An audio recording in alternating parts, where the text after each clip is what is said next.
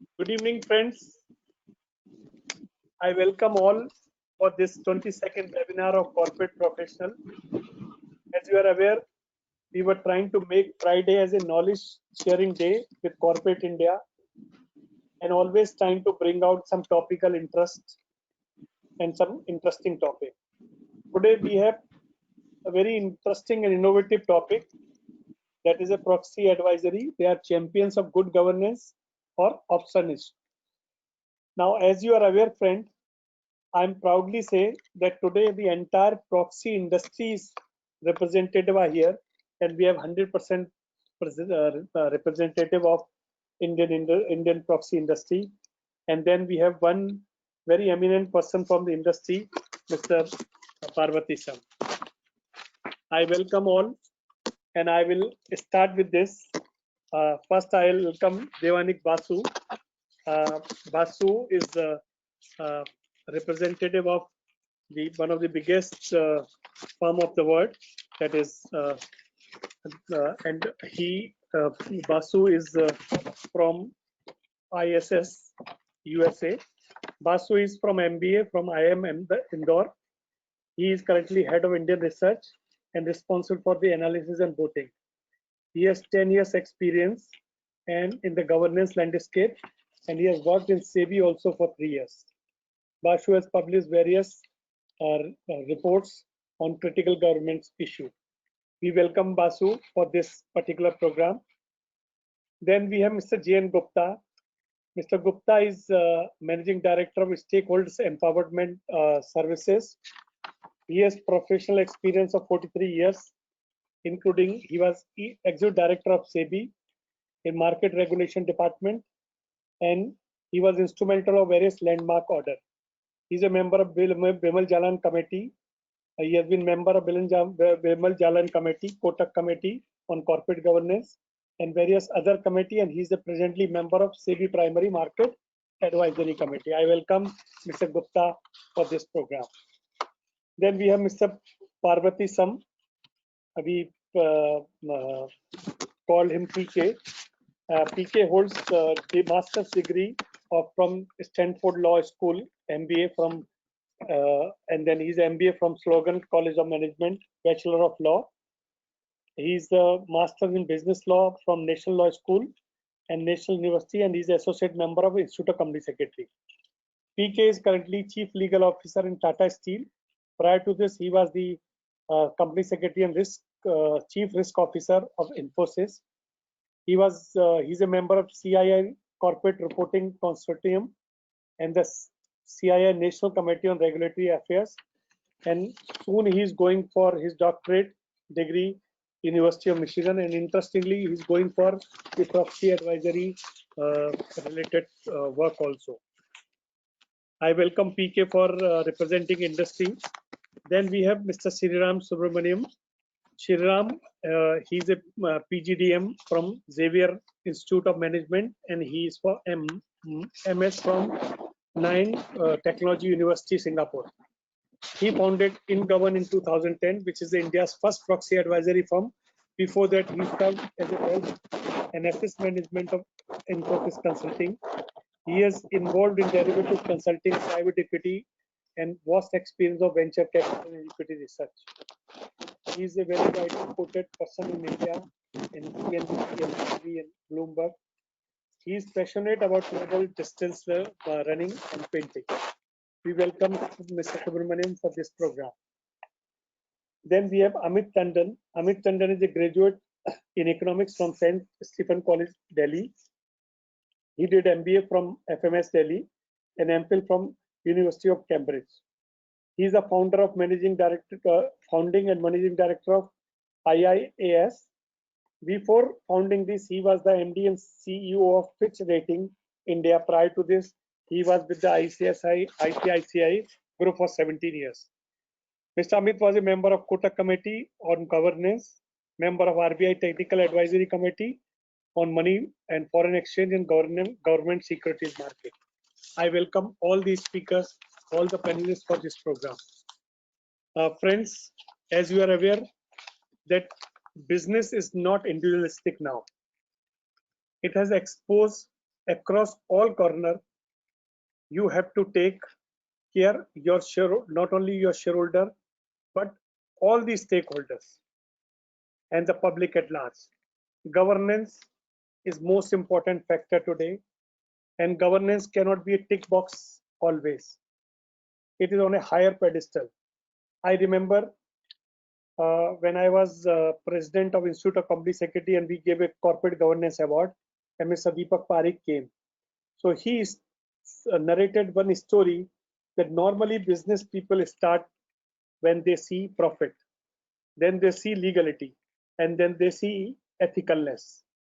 But if you see the good governed business person, he will not start with the profit, he will start with ethics, whether this business is ethical or not. Then he'll see whether it's legal or not, and then he will see whether it's profitable or not. That is a difference between tick box approach and the governance approach. Role of proxy advisory is new in India, and the basic concept is very interesting. It's a compliance versus governance. Role of proxy advisory start when compliance stops. And under this proxy advisory, so many things have evolved. And I think to understand the proxy advisory, we must understand what is their business, how they work, what are the all important things. So I'm just going through one slide share relating to proxy advisory, and then we can start one by one. Vivek, my presentation is visible? Yes, sir. Okay. So friends, the topic is interesting. It's a good champions of good governance, or they are obstructionists. Now, before this, we have to understand what is proxy advisory. Proxy advisory is derived from proxy votes. That is that when your shareholder authorize another person, that is to vote on his behalf. Same terminology came from proxy advisory firm. Now, what is proxy advisory firm general meaning? A proxy advisory general meaning is that form a type of market intermediaries and independent research organization which provides to the shareholders, particularly the institutional investor of a listed company, in exercising their right. Evaluate advantage and disadvantage of corporate action, such as merger, acquisition, top management appointment, and managerial remuneration. Is provide voting recommendation on resolution on which shareholders are expected to vote. Then the proxy advisory firm, if you see the SEBI law, which has regulated in 2014, they came out with research analysts. As per that law, the proxy advisor mean any person through any means to institutional investor or shareholders of a company, and they provide advice to them, recommend for the public offer, and voting recommendation on various agenda items. Now, what are the proxy advisory in general terms? General terms,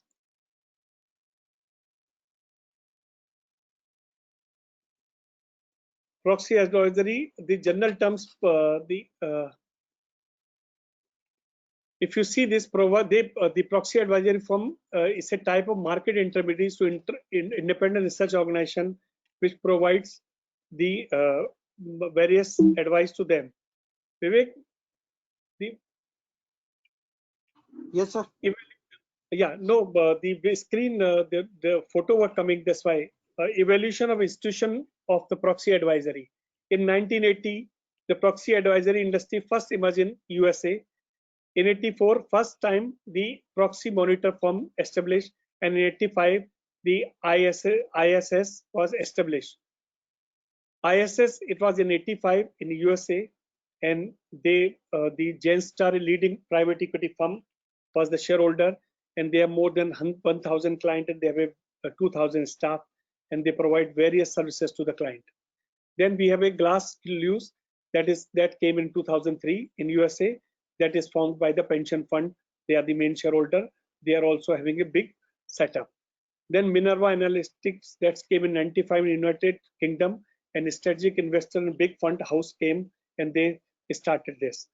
And in Nordic investor, that is Sweden, that formed by big fund house. So these are the four major in the world which has come. Now in India, the proxy advisory came when the growing investment climate, because lots of investors were coming in India, shareholder activism was taking place, increased role of institutional investor in last decade, and regulator thrust on improving corporate governance. So in 2010, first time in Bangalore, e-govern came into picture. And Mr. Sriram Subramaniam, who is present here, he established this. The main shareholders are individual, and this is the first Indian proxy advisory firm. Same year in 2010, in Mumbai, the institutional investor advisory firm, Mr. Amit Tandon and Anil Singhvi founded this, and they have also covered various companies, and they have recommended more than 42,000 voting recommendation. Banks, PE, and individuals are the shareholders of this organization. Then in 2012, Mr. J.N. Gupta, Mr. Arjun Gupta, and Mr. Amrinder Singh founded this SES, and their shareholders are individual, and they have also covered more than 800 companies. Then ISS, which is a part of the United States, they came in 2019 and headed their office in Mumbai, and Devanik Basu is heading their organization. So all four proxy advisory registered with SEBI are here today. Now, who are their client? Mutual fund, pension fund, FIIs, banks, insurance, custodial, hedge fund, private wealth fund, private equity, corporate, family business, high net worth. These are their clients. What proxy advisory firms do? They give voting recommendation. They give detailed analysis of proposed agenda item on the resolution. Now, if you see international and India, Indian proxy advisory, they give proxy advisory, they give corporate governance scorecard, corporate governance consulting, and then they give environmental social governance, and then risk monitoring and investor protection. This Indian proxy advisory firms do. But if you see the work of international, they are doing something more. They are not only doing proxy research, governance surveys, voting, then reporting, and then environment and social factor services. Then they do class action suit also, compensation modeling also. They do data analyst and market analyst. They also do this. Their role is significant, and the role and significance of proxy advisory firm. First, they improve corporate governance standard and choices because they provide the various information. Then they further enhance the shareholders' activism because they add value in this. The proxy advisory are economically viable for institutional investors. That's why everybody should not do research. They can take advantage of their knowledge. And then PA can look into matters which investor cannot see because they have expertise, they know things, and they know the beyond this. They can see invisible thing because of their expertise. PA promote culture of following good governance practices. That is their work. Now, what are the impact and influence of proxy advisory has created in Indian corporate world? PA provides information blended with financial data, law, and best practices. Now, here the important thing is best practices. Thus, influence shareholders' voting choice and decision. The studies suggest that corporate adopt better governance parameter in order to receive positive recommendation from PA. Institutional investors prefer to invest more in that jurisdiction where PA are actively present. That is another aspect which we have to understand. Their presence is not hindrance. Their presence is create value, and they give the way to institutional investor. Retail investor also benefit from research and recommendation of PA because sometimes they are confused what to do. Now, shareholder decision where PA's recommendation are most influential. Their most major controversial voting issues on which recommendation of proxy advisor are highly influential. They provide directors election because the directors manage the board. Directors are the decision maker. So they are giving decision. Pay structure, sharing. How the shareholders are sometimes confused with the pay structure, whether it's a good or bad, or it's a high or low. So they provide this. Then approval of major acquisition of sale, delisting, merger, acquisition, because a people cannot understand in detail, but they can go into detail and give the recommendation. If you see, the study speaks about impact of PA recommendation in USA. Average influence of ISS and Glass-Lewis for and against recommendation in 2017. When they recommended, 97% people follow. But when they are giving against, then 71% follow. It means that everybody is not following for. If they are giving against, then their parameters and people are taking their own decision also. No, now the important thing, no clear evidence that PA are always right. In fact, there are such studies which suggest that they might be inaccurate bias. A report of Manhattan Institute, May 2018, has submitted this. Now, what are the issues with the PA? When I talked to various industry and I did some survey, so the issue came out, the dependency on publicly available information, because they give decision on the basis of what is data available. They don't know the inside fact of the company, inside decision making. Sometimes something is looking bad, but it is good inside. Lack of uniformity and standardization, difference of prospects, because your prospect and management prospect may be different. Their opinion may be biased. As institutional investor, at times the owner of the proxy advisor also. Lack of transparency, regulation of PA become necessary, which SEBI has come out and which they have given. Advisor to investors and corporate, then sometimes conflict of interest is also there. Now in India, what is the regulatory framework? This is very interesting. India was the first jurisdiction to introduce regulation for proxy advisor. And the proxy advisor firm are defined under regulation of SEBI research analyst. And now SEBI has given a framework for eligibility norm, registration, code of conduct, disclosure and reporting, procedural guidelines. And then interestingly, from 1st January, they came out with grievance resolution mechanism to avoid the future dispute amongst the corporates and the proxy advisory.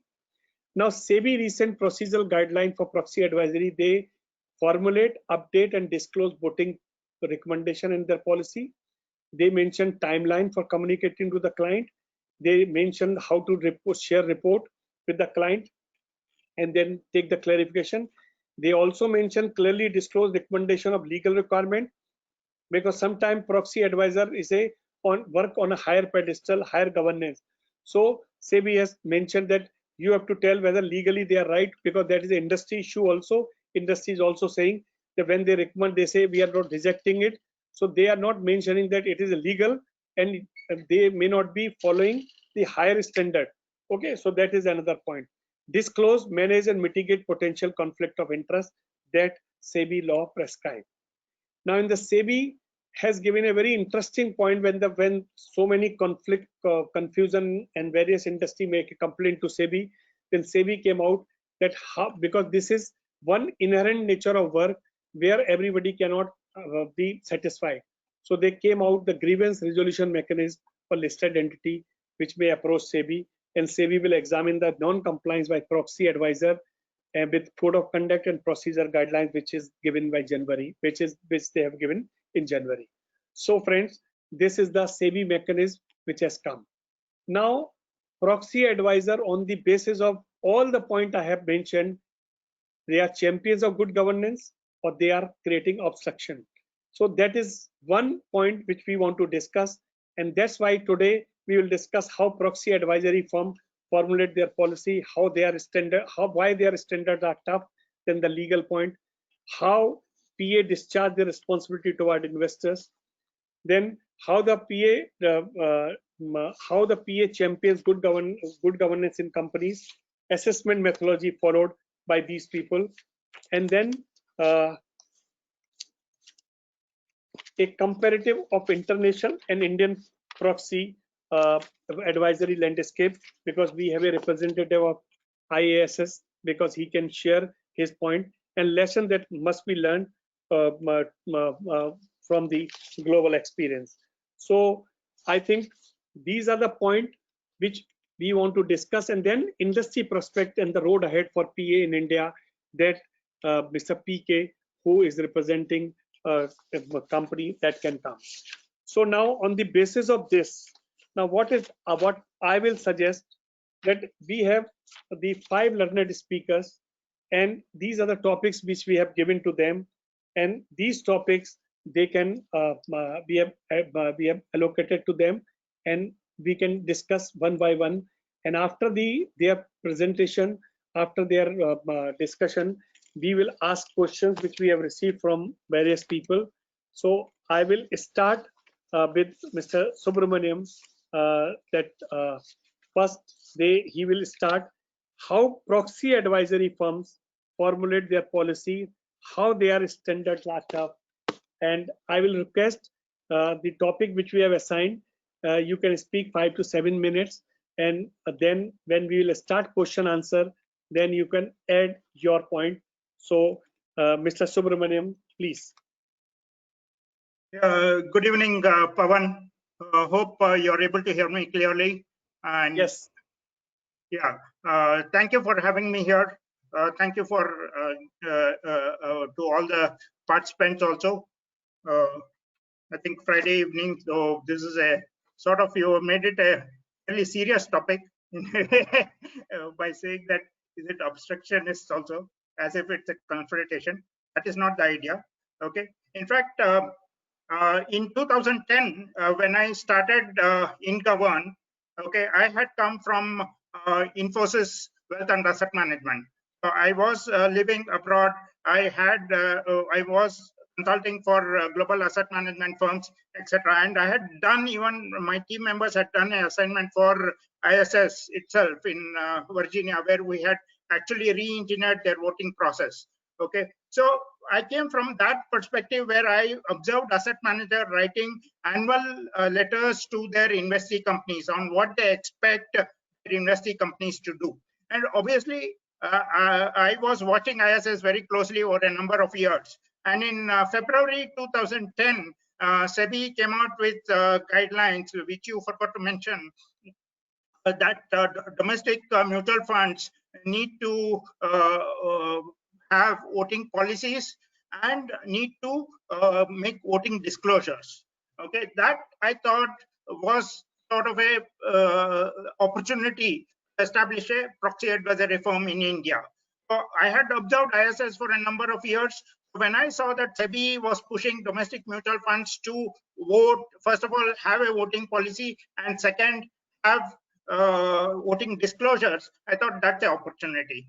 So in June 16th was the first day, 2010, and so we are more than 10 years now. And so what did we do? How did we go about establishing methodology?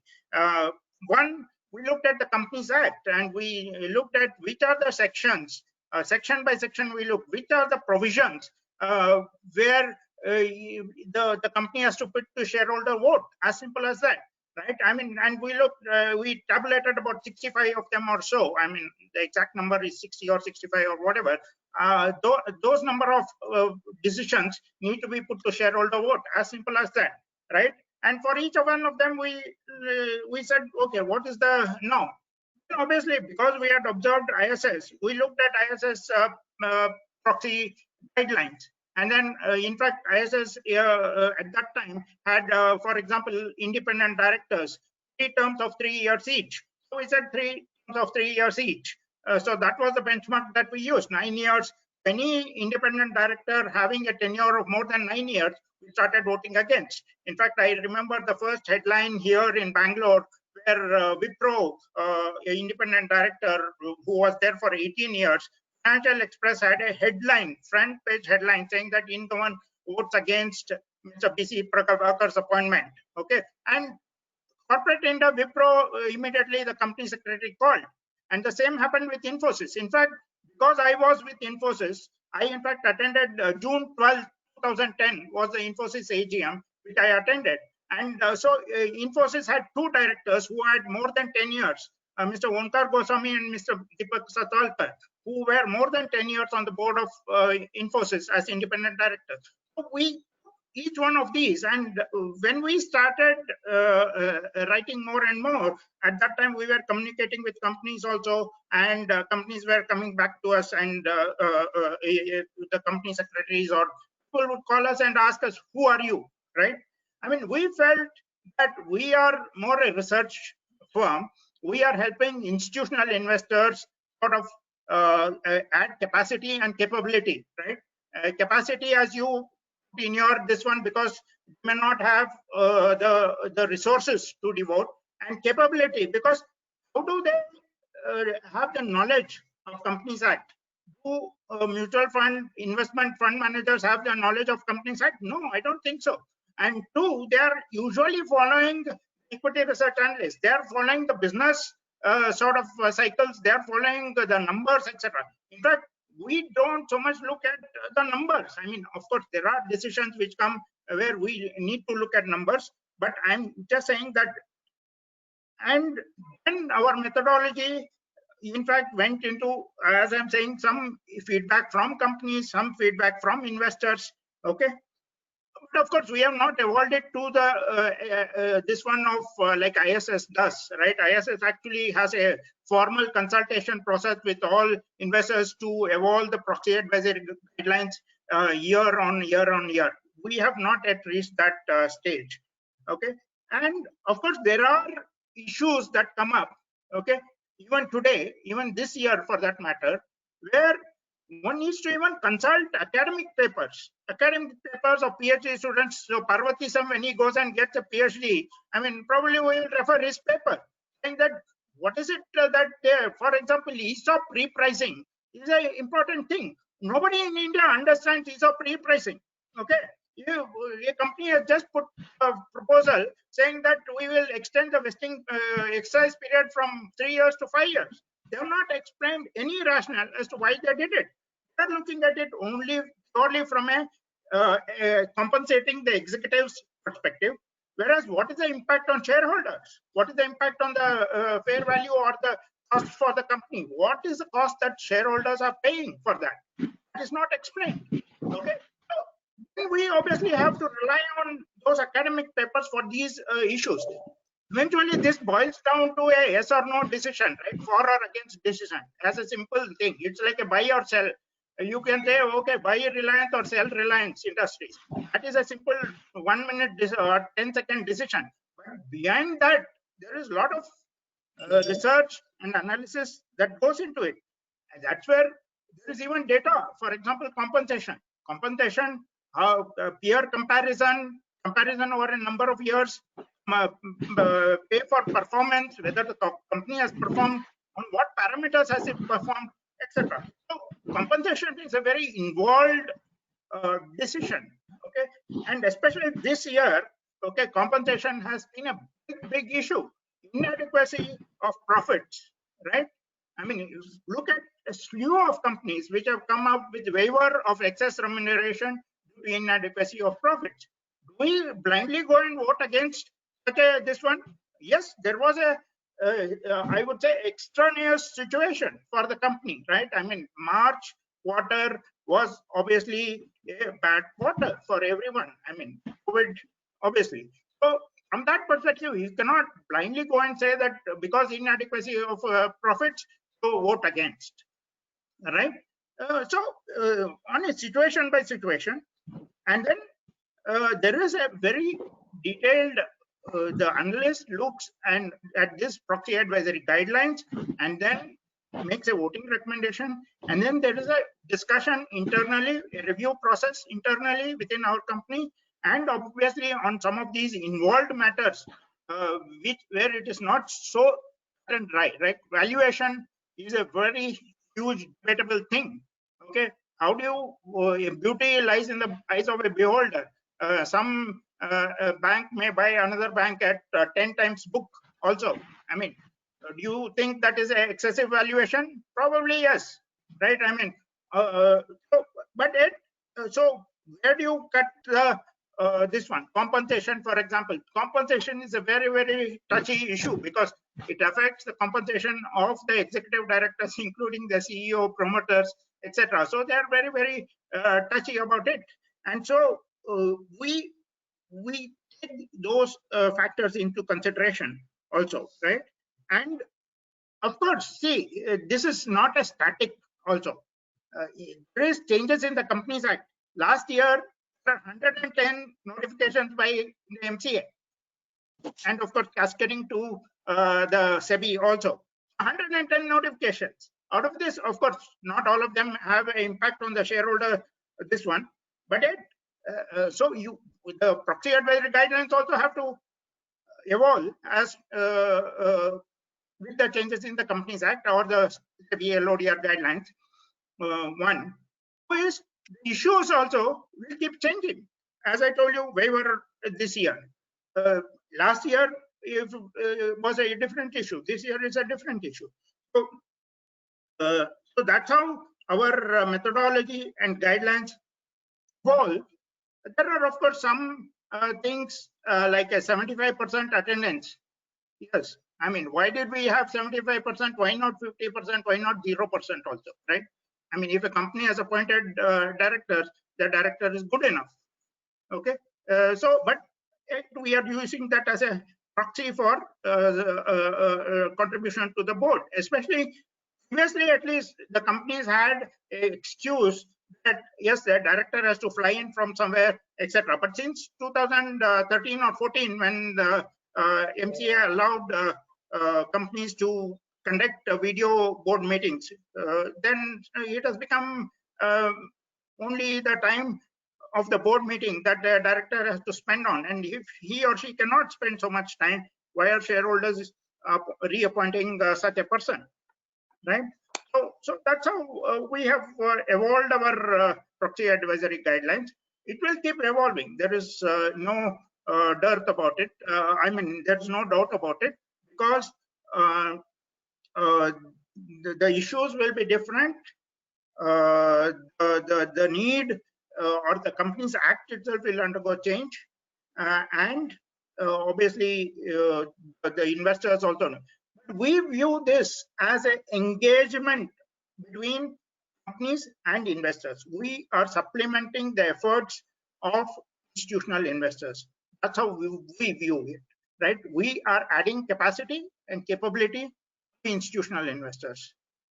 And one point which you mentioned, which is that of companies, we internal information, right, to companies we don't have access to. But we believe that's a responsibility of companies. If companies are not communicating enough to shareholders, okay, then we as research providers or shareholders, we are an agent of a shareholder, agent of an institutional investor. So we don't have necessary information. Company has not given us necessary. So we have to rely on public information.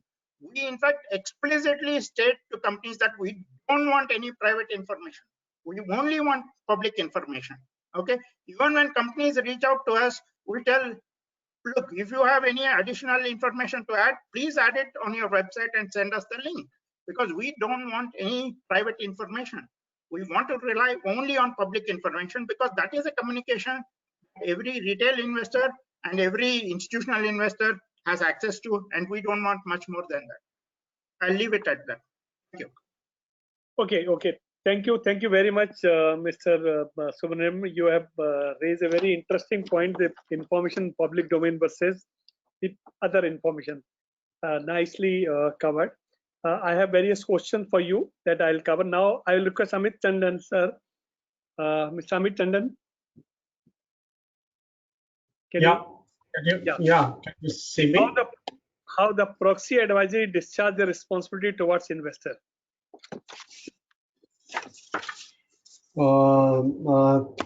Thanks a lot, Pavan. I'm delighted to be here with all of you, talking about something which I enjoy talking about, which is the proxy advisory industry, or the voting advisory industry, as a term which I prefer to use.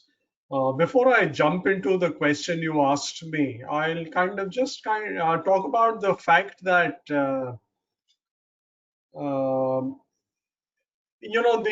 our industry's development in India is actually shaped by two events which are quite outside what we've done. But had those two developments not taken place, the industry would not have taken root in India. The first is the increased institutional shareholding. So if you go back and look at the numbers in about 2008, You had institutional shareholding, which was at about 22%. You had promoters who had about 60% of the equity. And the remainder 18% odd was with the others category, but it was primarily a lot of retail investors. What is interesting about this mix is that for every one share which an institutional shareholder held, there were 3 shares which were held by the promoter. If we look at the most recent data, you will find that the promoter shareholding, and I'm kind of talking about broad categories, there will be, of course, share level, company level differences in the data. The promoters hold about 50% of the equity. The institutional investors now hold about 36% of the equity. And the balance, roughly 14%, is with the others. And the others is less retail, but it's kind of flowing to the AIFs and other corporate bodies, etc. But it's kind of taking an institutional tinge. Now, what is interesting here is that, for every 1.5 shares that the promoter holds, the institutional investors now hold 1 share. So the debate which is now, or the discussion which is taking place between the institutional investors and the companies is now one of, they're much more equal, from 3:1 to 1.5:1. So it's a much more equal debate and discussion. A second related point with this is the fact that, when institutional investors own about 35-36% equity, it's not unusual to have 1 or 2 or a few institutional investors who hold more than 5 or 6% of the equity. So some time back, you would have seen when L&T made a bid for Mindtree, you had Nalanda, which held close to 10% of the equity. Now, if you've got one institutional investor who holds 8 or 10% of the equity, companies are also going to take them a little bit seriously. So what they say, how they think, how do companies approach them, how do they articulate their views to companies becomes very critical. So this is one important factor to be kept in mind in terms of the environment in which we as proxy advisory firms started operating. The second thing is something which I don't have to tell this audience about, but they know it. In fact, most of you will know it as well as anyone else, which is the fact that how dramatically regulations have changed and the primacy they accord to governance and related facts. Now, whether it is, what is the role of an independent director, that was not being defined in the earlier Companies Act by 2013 and started getting defined in the 2013 Act. The fact that you have e-voting, and there are a host of other regulations which meant that governance has come to the forefront of what is happening. Regulations with regard to majority of minority and so on and so forth. So, and then this was followed very quickly by the Kota Committee, which had its own set of responsibilities for the independent directors as well as for the auditors. So in all these cases, you realize that the government or the regulatory bodies, be it SEBI, be it MCA, be it IRDA, everyone's been kind of pushing this debate a little bit. Add to this the fact that there is something called stewardship. So just like companies have stewardship governance responsibilities, investors have what is called a stewardship code. And in a nutshell, what it means is that, look, it's not your money. You're managing money for a set of retail investors, and therefore you have a responsibility towards them. And therefore, how are you monitoring these investments? So IRDA, PFRDA, SEBI have all asked institutional investors to adopt a stewardship code. It has a number of responsibilities, including how are they monitoring their investment, how are they following through, what is the level of engagement, how are they disclosing, how are they managing on conflicts of interest. But a part of this is also that they're expected to go and vote on shareholder resolutions. So these are two very important developments which have taken place in the last 10 years. And add to that, suddenly you've got a lot of voting advisory firms. Now, Sriram and I never agree in terms of whether he's the oldest firm or we are the oldest firm. but I will concede that he wrote the first report. We may have got incorporated a little bit before them, but he did write the first report. But that's a debate which we will have over drinks rather than share with this audience. Coming a little bit to the question of, are we out to protect the interests of the minority investors, or this? I think that's we can again debate and discuss who are we protecting, because I kind of say that maybe the role which independent directors have, and by extension some of us as proxy advisory firms have, is to save the promoters from themselves. And therefore to kind of define our role very narrowly, that look, we are an impediment to what companies want to do. Maybe we are seen as a short-term impediment, but if we were to look at it over a long-term or an extended period of time, maybe our role is to protect promoters from themselves, and by virtue of that, companies from themselves. Because if you look at some of what has happened more recently, and if you look at a string of corporate failures, or the fact that you've got such a robust or such a big IBC industry where people are kind of helping companies out, if promoters had been a little bit more cautious in terms of their borrowings, if they had been a little bit more attuned to what was happening in the market, if they were exercised better judgment as far as capital allocation decisions were concerned, I don't think we would have seen the problems which the economy is seeing just now. But having said so, yes, the prism through which we look at things is somewhat unique in India. And I say somewhat unique in India, I kind of contrast it with what, let's say, a Devanik would or an ISS would look at in the global markets. You have to remember, in the global markets, the ownership is very different. You've got a bunch of institutional investors, and you've got kind of the independent directors who are kind of steering the company, and therefore you kind of who take decisions on behalf of the management, and in a sense you're kind of addressing the agency problem out there. In India, what you're doing is you've got two different sets of shareholders. You've got the promoters and you've got the other shareholders, be it institutional, small shareholders, etc.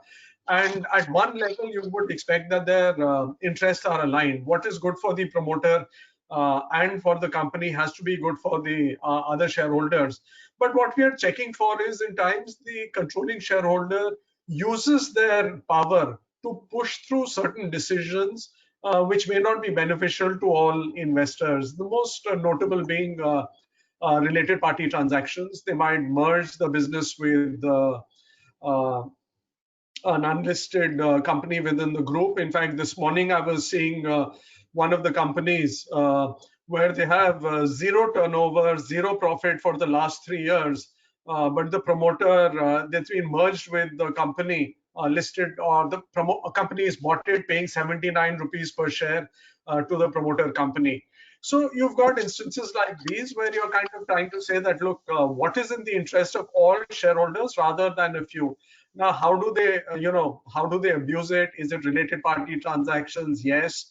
Compensation is also can be viewed as one of the ways in which you kind of say that, look, it's a small company. It's got, profits have been flat over an extended period of time, but you've taken high salaries have kind of gone up 2 times or 3 times while dividend has remained flat.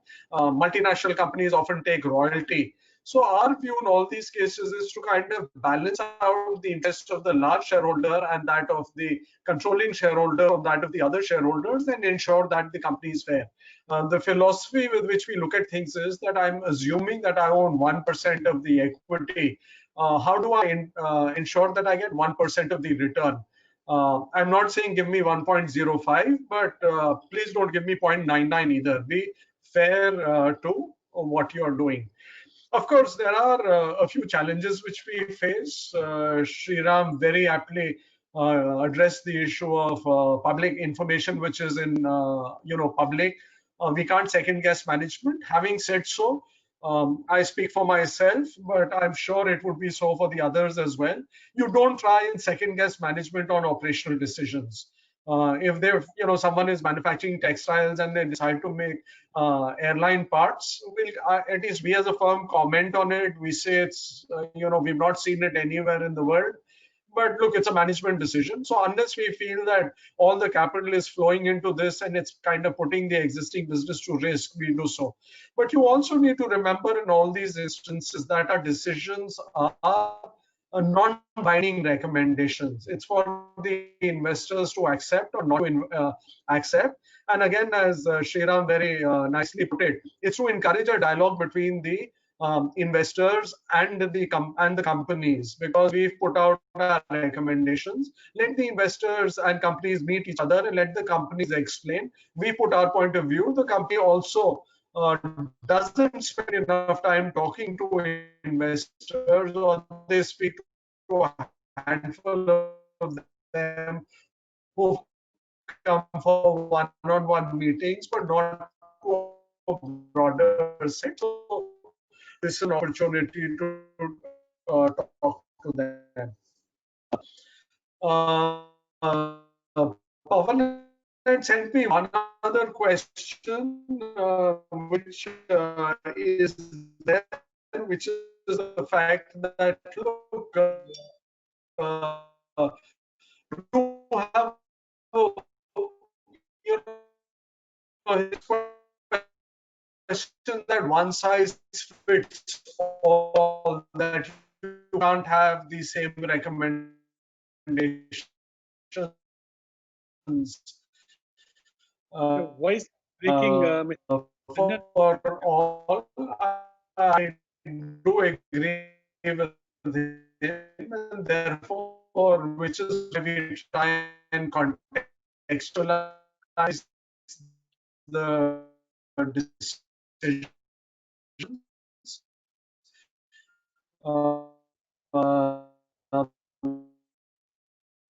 And if you look at our voting policy, and I shared it with Dhawan, and I request him to forward it to all of you. I'll say this is how we generally vote. It's not a blanket that we vote. Other than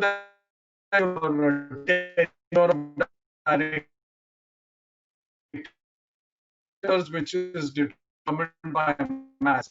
Otherwise, we also try and explain. So if we said we generally vote for a particular resolution and we've decided to vote against it. Voice क्यों break हो रही है?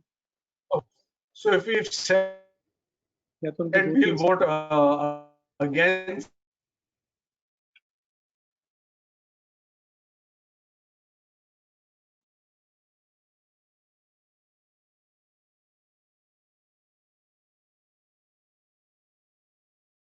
Hello, I think the proxy firm as an input. Sometimes they might ask the proxy firm to kind of use their criteria to send them recommendations, but the Indian market is this is a topic I go on and away, but I'm going to stop here and I have to take them and give clarification, but hopefully addressed by Mr. Chandan, your voice is breaking. Your Chandan, your voice is Pawan, back to you, if you can hear me. Okay. Thank you very much. Something we have missed out because of network connection, but anyway, we'll cover up in this question answer session. Now, Mr. J.N. Gupta, how proxy Pawan, I'll stop short here, but if there are any questions. Yes, sir. Yes. Oh, Mr. Gupta, how proxy advisory champion of good governance in companies assessment methodology followed by proxy advisory? Your voice, please open your camera. Okay. So thank you, Pawan. Thank you, corporate professional, and thank you, my co-panelists. I would say one thing in the beginning so that it will clear everything. There is a lot of problem with the companies when they say that why we do that, why we do this. I would say treat proxy advisors like a doctor who is there to find out after testing that what are the issues with you. After the doctor's report, it is up to you whether you follow that advice or not. The difference here is that in many cases you go to the doctor and you pay the doctor. In this case, the family of the doctor paid the doctor. The family of the patient paid the doctor. So a company's investors are paying proxy advisors to find out what are the issues. It is between the family, that is investors, and the company whether they want to go ahead with the diagnosis or not. So having said that, the first thing that we say that when we analyze something, what is the objective? The objective underlying is that it should be in the benefit of the stakeholders, and stakeholders are investors, stakeholders are the banks, stakeholders are the employees, and many others. Now, when you say that how positive impact has been made, how we are effective, I will give you a couple of instances how we have been effective and what are the positive and what are the negative also. Only a couple of days back, we had a discussion with a company whose one of the resolution was defeated, and they talked to us for almost 1 hour, and we advised them that why this is there. And they very well understood that the problem is that many a times what you have information, what you know, you do not communicate to the investors, and you feel that this is ordinary, this is not required, whereas that information is vital to that. Other issue is this, that many a times when the resolution fails, the company comes and talks to us and we advise what was the reason. And there have been many instances where a resolution has failed. After our advice, the company has come back to us and they brought the resolution back and it has got passed. I will again say one thing for the company. The problem that happens with the companies here is that the companies are headed by people who are an interested party in a resolution. And most of the time when the resolutions are drafted, these are drafted by the company secretaries and the other people. The problem is when the company secretaries, when they have been studying and when they have been practicing, their focus has been always how to do it. That means if a management says that I want this to be done, the company secretary will find out how this can be done. Whereas at Proxy Advisory, and we don't want to know how to do it. Our question would always be why you are doing it. So you have to explain why it is in the interest of the investor and not malafide or something like that. Then comes the question of objectivity. Now, it is a very, very difficult question to answer, or it is very difficult to satisfy an unsatisfied person if he doubts my objectivity or doubts objectivity of any company. But we always say that when we examine any proposal, the proposal is examined based on all the guidelines that we have framed, and the guidelines are framed based on the law, best practices across the globe. And even those guidelines are examined in view of the current situation of the company, resolution, individual, and everything. And many a times we deviate from the policy also because the situation so demands that we deviate from the policy and vote in favor of that. So that is where the objectivity comes into.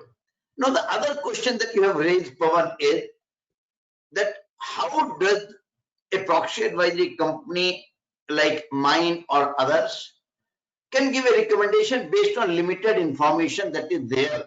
We do not know the internal factors. So rather than you asking the question to me, I have to ask the question to the company, how do they expect the investors to whom the agenda items are put to vote on those agenda items based on the limited information? So that is why we say that we will not go beyond what you have said, so that in future, if your resolution is defeated today based on lack of information, you will be forthcoming in future with all the information. The second problem is that if we do not rely only on what the information you have given, I read CNBC TV or Economic Times or Business Standard, there could be certain news which may not be good or which may not be true. So that will be opening floodgate for cases against us, and we are already burdened with couple of cases, so we can't risk many more cases. Other question that you have asked is, why don't do we back testing? Now it is a very interesting question. So first thing is that why don't we do back testing is, one, we do not have enough data, and secondly, why should we at all be interested in back testing? It is for the user of our report who should be interested whether he has gained from my report or not. Not me, I'm not interested. My job gets finished when I analyze something dispassionately based on certain parameter and tell you that this is the mirror. So we show the mirror. Now, whether you like your photograph in the mirror or not, don't blame the mirror, don't blame us, blame where it lies. Then comes the question of survey. Now, survey is done mostly for the purpose of popularity, and we are never in the popularity context. We don't want to be popular. We want to be known for the people who would do their job correctly, whether people like it or not. So surveys are some sort of a popularity contest. We don't want to get into that area at all. Other thing is that should PA company propagate their report in the media or not? Again, it is a question which is very difficult to answer. The idea is that whenever we propagate something in the market, are we propagating to get media coverage for us or media coverage for the issue? If you feel that we are propagating something in the market for media coverage for us, I don't want to do that, and none of us should do that. But if it is an issue which we want to highlight and bring to the public domain, then it is very much right, because ultimately what is our objective? Our objective is not limited to the few investors to whom we are providing our services. Our objective is to overall investors. The investors should be confident that they are. Ultimately, idea is to reduce the investors' risk, and the risk can be reduced only when the governance improves. Then the question comes that most of our clients are big and small investors are still left out. I agree. But understand one thing, that Amit had already pointed out, the majority ownership is now with the investors. The investors are owning in many companies a large chunk.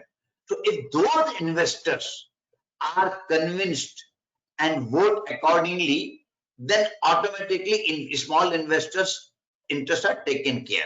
But the problem is that most of the investors still do not do based on logical analysis that is done by me, Sridham, Devanik or Amit, but they do it for many other considerations. And that is right also, because when we do it, we are not doing any recommendation based on ownership. We do not own shares in the company. We are not holder of 5% or 10% equity. So our recommendation is agnostic to shareholding. Now what happens, our recommendation is same for a person who holds 100 shares or who holds 10 million or 100 million shares.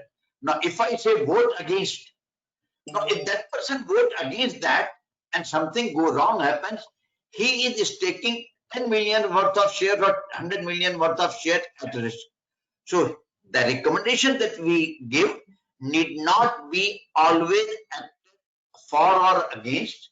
They are trigger point either for your vote or for your dialogue with the companies to ensure.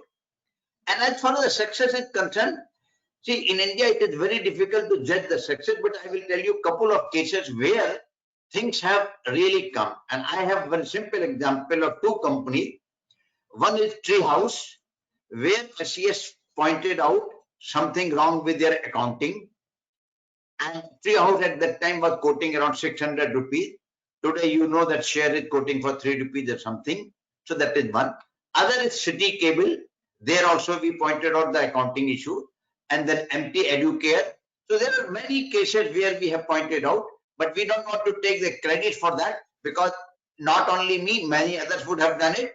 But the issue which I again would say, that many investors who are giving buy or sell recommendation, they probably do not read the balance sheet themselves, because if they would have read balance sheet, probably they would have never recommended Treehouse shares for subscription at 400 or 500 rupees QIP. That's all. Thank you.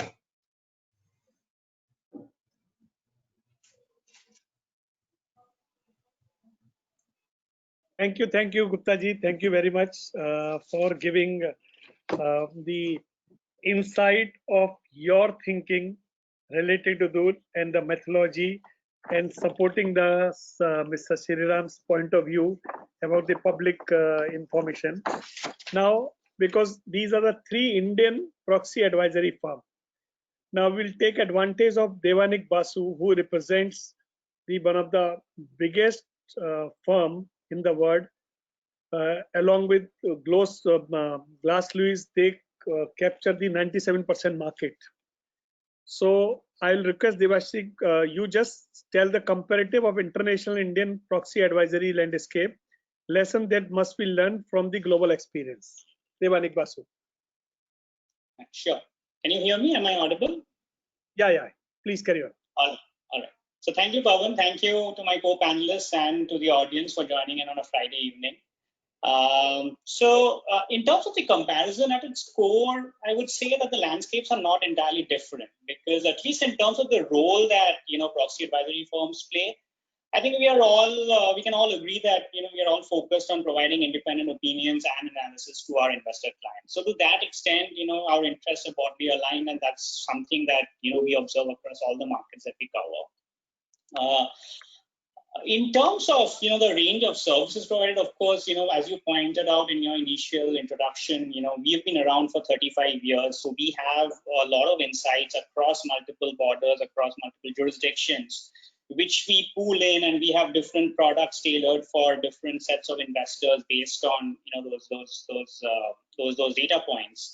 And therefore, the range of services that we cover may be a little larger, but then again, our core business remains, voting advisory services for our clients. So, that's where, we all kind of come from. Now, more than the, proxy advisory landscape, I think the differences are to be observed across the markets themselves, because as both Amit and Mr. Gupta pointed out, family ownership is high in India compared to some of the other Western markets that we cover. As a result, we see certain patterns emerge. One is, of course, on the investor side. So, because institutional investor representation in companies is still on the lower side in India, as you would compare when you compare those with those in some of the Western markets. The level of engagement that investors have with proxy advisory firms is also maybe a little lower, as you would, if you compare it to maybe, let's say, the US or the UK market. When we provide recommendations on various, issues and various companies, we find that investors are very keen to engage with us, even at the time of policy development. So they are very, encouraged to give us their feedback, their thinking, their thought processes, and they are very involved in that whole process. In fact, across all the clients that we have, at least on the top 200 clients that we service, around 85% of those investors have their own custom policies. So, which means that they vote based on their custom policies rather than depending solely on ISS policies. And, that is one stark difference that we observe. The other difference, of course, is in the nature or in the behavior, corporate behavior that we see in India, as various panelists have pointed out earlier. The primary issues of concern relate to group transactions, intercorporate transactions, related party transactions, maybe family representation on the board, the general quality of disclosures, so on and so forth. And that's because of the inherent nature of the market itself. When you have a large controlling shareholder, you have, let's say, a conglomerate which have multiple companies within the group, and they are all trying to then, we often find that there are multiple transactions which happen across companies in the group, which can lead to certain concerns among investors. And of course, regulations have addressed this partially by asking companies to come and seek shareholder approval. But even when we analyze such transactions, we find that the level of disclosure may not be enough to assess the fairness of the transactions at all times. This would also be similar to what we would observe in some of the other Asian markets, which have similar characteristics as far as India is concerned. Whereas in maybe the US or UK, we spend a lot of time analyzing different sorts of proposals. So CEO pay is something that takes up a disproportionate amount of time for us in some of those markets. Like Amit pointed out, because of the large stake that promoters own in their companies, in a way, their interests are aligned with the company performance just by virtue of their ownership.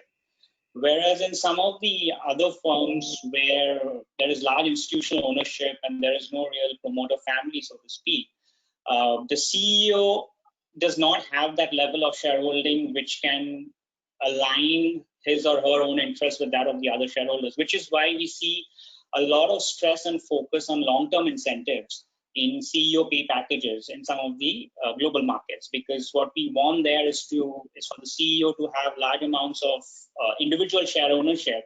So, if the company performs badly or if the company share price declines, the CEO, the top management, and the shareholders, they're all impacted in a similar manner.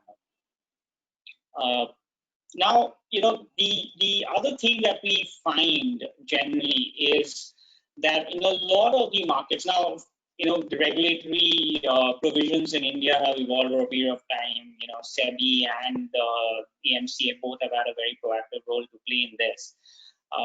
The one difference that we find in India is that a lot of these regulations are mandatory. Now that's a big difference, because in some of the other markets, it's mostly on a comply or explain basis. India also had something similar. MCA came out with the voluntary guidelines on corporate governance in 2009. But what we found when we looked at the data, when we looked at the annual reports, and how companies have reacted to that, we found that a lot of companies were yet to imbibe some of the recommendations of that code. So that prompted SEBI eventually to make all of this mandatory, as well as the MCA to bring in some of those provisions in the Companies Act. Whereas in most other markets, we find that these codes are more on a comply or explain basis. So companies may choose to adopt them, and if they don't, they are free to explain to their shareholders either in their annual reports or through their website as to why they are not complying with a particular provision. Having said so, even though it's a comply or explain model, we find that the level of adherence is very high. And that's primarily, again, driven by the institutional ownership, because institutional investors clearly have that level of clout and that level of influence there, where they can force the company to take action, force the company to adhere to the best practices, adhere to the regulator, to these recommendations or to these voluntary norms. And we find that companies often fall in line. They are very wary of not complying with something or not adhering with something, even when they have the flexibility to do so. So at ISS, what we are able to do is we are able to bring all this experience into play, and then we are able to then create our own regional voting policies based on individual market dynamics and the unique needs, customs, and practices in each market. Because we understand that, like Amit was talking about earlier, that one size may not fit all. The guidelines that we have for some of the US companies may not be applicable here, and therefore we need to understand the way of the market, understand corporate behavior in India, and therefore tailor our own set of guidelines based on what we feel are best for shareholders in Indian companies. And in order to do that, what we are able to do is we are able to leverage on this cross-border expertise. So we have functional research teams across different markets, and we pool in all this expertise together and come out with a set of best practices across this wide and diverse range of areas that we cover. Now, one of the questions that you had earlier, Pawan, was, some companies have now started making their governance choices, decisions, keeping into view the guidelines adopted by proxy advisory firms, and how do we see this development. Now, this is something that, the Sandeep Parekh committee, the SEBI committee, which came out with their own recommendations on proxy advisory firms, they also, had this question, and they in their recommendation, what they clearly noted was that by design, the guidelines of proxy advisory firms are aligned with shareholder interests. So, for us, at least, what we do is when in terms of the policy formulation process itself, there's a lot of involvement from both investors and corporates and other market participants. So when we would initially probably, draft out a first set of guidelines, we would open it up, we would encourage market feedback on those proposals, we would reach out to a lot of our clients, we would ask them to send in their comments. Based on that, we will tweak, those first set of guidelines and then publish the final guidelines. So, and then when companies, want to adhere to some of those guidelines that we've laid out, all they're doing is, they are basically aligning themselves with investor expectations. So it won't be such a bad thing if companies were to do that. And that's something that we've observed, and the good thing is, for the most part, companies themselves are very happy to do this. I mean, most companies that we interact with or engage with, they are happy to hear out our recommendations. They're happy to engage with us, they're happy to engage with the investors, and figure out which are the areas which they need to, which are the practices which they need to maybe tweak so that they fit in with what the investors expect of them. And they, so that's something which is very positive. Okay, thank you, Devani. Thank you very much. You have given the prospect of international and Indian market, and that is one of the need of Indian market, that they are saying that the proxy advisory must see that Indian market is different from the international market, and that they should do. Now, of the time, because after the all four proxy advisories, the time to the industry. Mr. PK will discuss about this point relating to industry prospect and the road ahead for PA in India, because engagement is one word which is coming and people are taking different meaning. Engagement with the corporate will help proxy advisory and the corporate to come out with better solution. PK, when I talk to various companies and their industry people, they have some issues with the proxy advisory. They are saying proxy advisory are the representative of elites. The proxy advisory are armchair intellectual. Proxy advisory put their own perspective and influence above the law. And then some of them have said they are very rigid. They have their own system. They have a state jacket, and they provide this. So various points they have mentioned.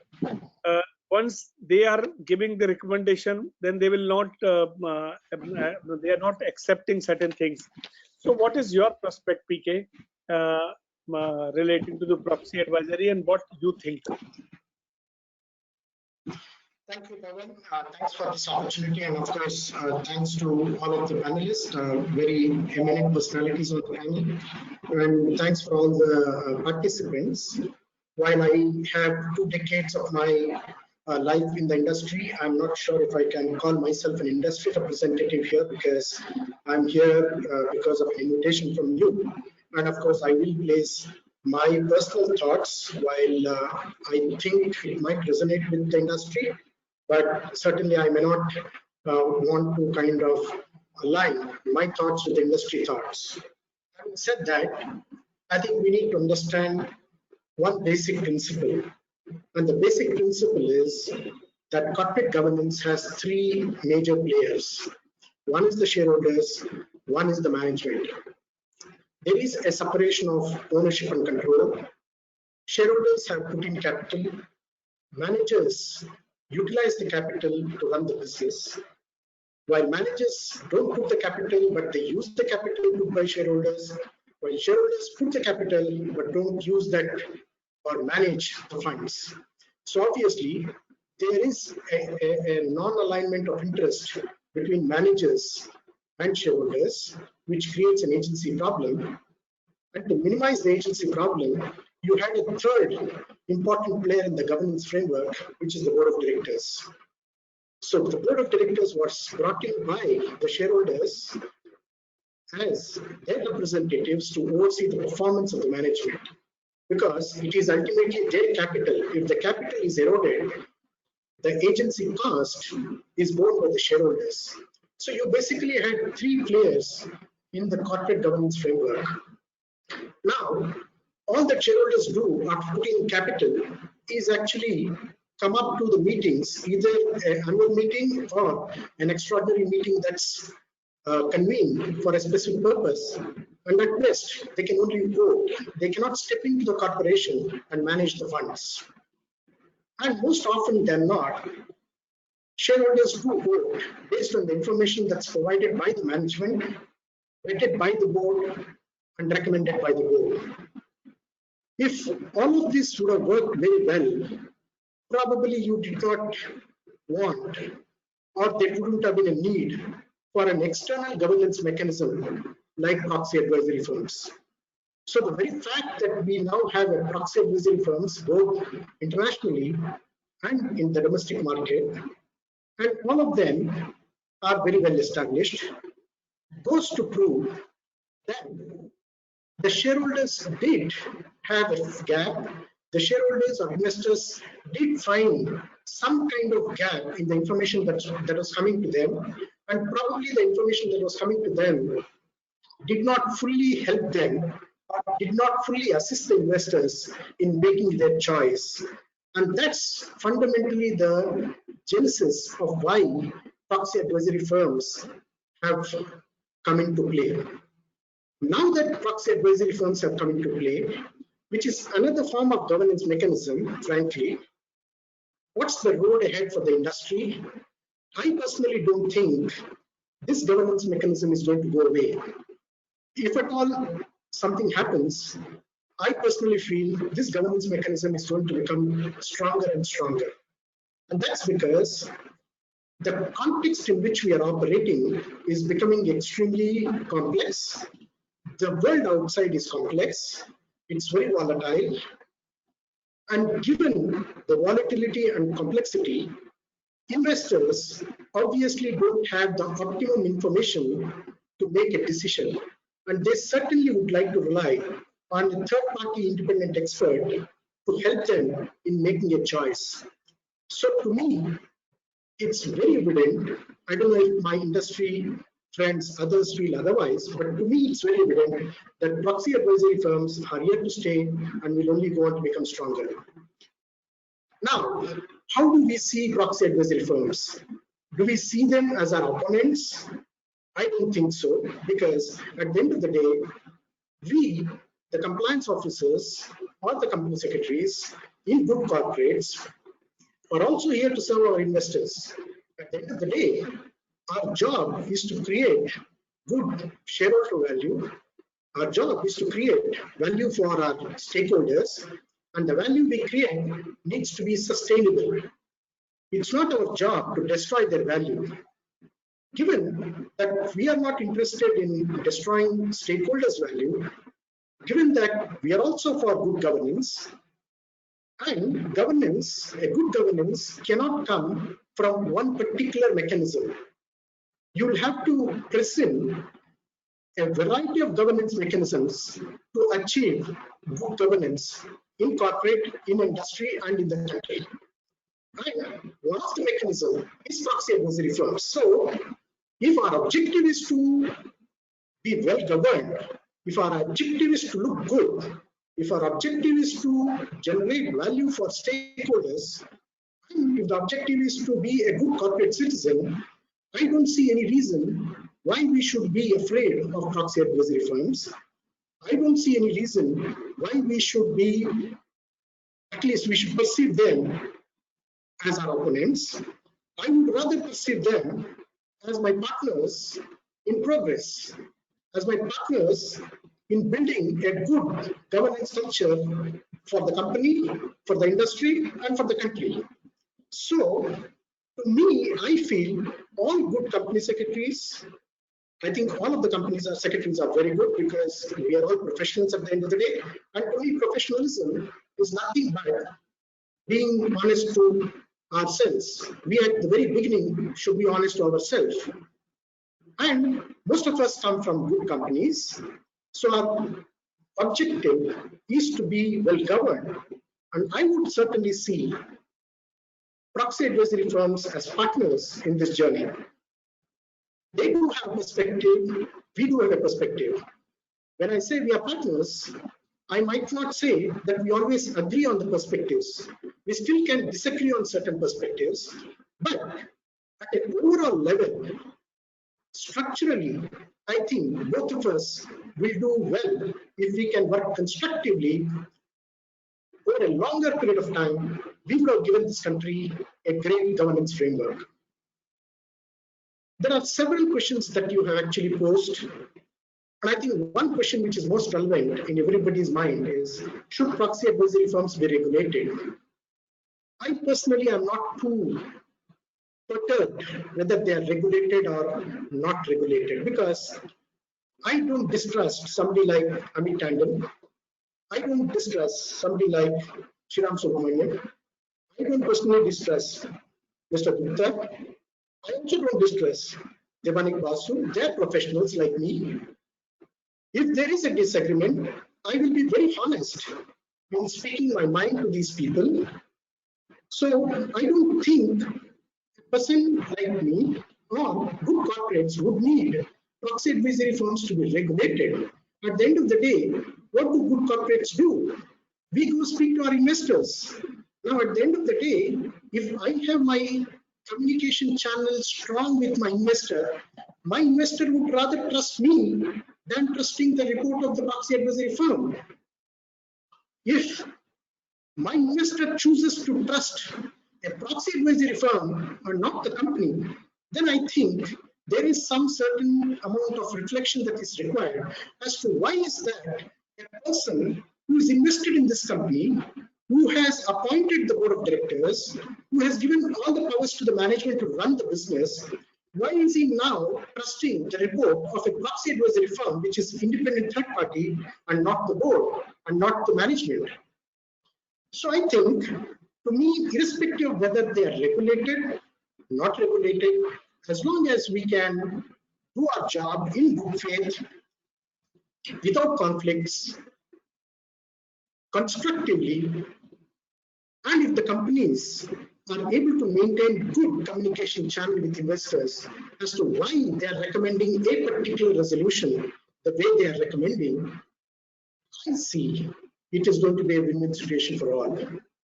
The friction will only come if we have something to hide or if firms have something to hide. I think that's the situation when you will have friction. Otherwise, if all of us can work in good faith, I don't think we will have friction. We will have different perspectives, and certainly by exchanging different perspectives, we will all be richer. We will all be better off in the long term. So that's my perspective. Pawan, I've kept it short. I'm happy to take questions. Okay, so thank you very much, PK, by giving your perspective. Now the time is for question answer, and I have received various questions. Friends, only thing is time is constrained because we have to extend little bit time. But my request to all, I will address these questions to one by one because we can take prospect of everybody. So I will start with first question. Vivek, can you open the question answers point? First question is which I'm asking to all of you. Why the governance standard adopted by Proxy Advisory are higher? Vivek, just close this. Just now, close this. This question I'm asking from my own, which I have received. Why the governance structure adopted by Proxy Advisory are higher than the law? If such higher standard were so significant, then why they are not the part of the law? I will start with Mr. Subramaniam, and Mr. Gupta and Amit Tandon can add. Okay. So if something is important, then why this is not a part of law? Why you have to explain? Pawan, this is a very interesting question, right? I mean, in fact, at the very least, we expect all companies to be compliant with the law. I mean, that is the bare hygiene or the bare minimum, right? I mean, governance, you yourself said in your presentation that governance exceeds compliance. So if we are not here to regulate compliance, we are here to assist investors to decide on certain parameters and to help companies make or go down the better practices perspective. Mr. Gupta has something to add. Yeah, Pawan, I would say that the question deserves a counter question. Why you have in exam not only 33% passing marks, why you have a distinction also? So in exams, you have a distinction because you want to distinguish something which is better than the minimum. So the laws are what you are expecting it to be minimum first. And somebody who is doing better than the law is always preferred. That is one. The second is good governance always comes over a period of time. You have laws and you have people who are following better things than the law above that, and eventually that becomes a law over a period of time. If you see the evolution of corporate governance norms or every law that has come, it has come over a period of time. The concept of independent director, their tenure, it came because somebody had started doing this earlier. Rotation of auditor, each and everything will come eventually over a period of time. Once somebody sets a standard, it is like this, that I set a standard for myself every day that I will be doing better. So that is how the good company will be differentiated from the bad company. But Mr. Gupta, you can differentiate with a distinctive mark, but if a person is getting 50 marks, you can't tell him that he's a fail. No, we don't say that the issue is this.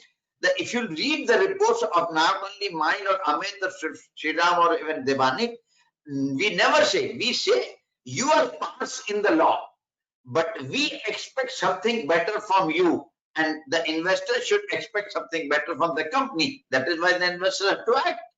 Mr. Amit, you want to add something? Mr. Amit Tandon.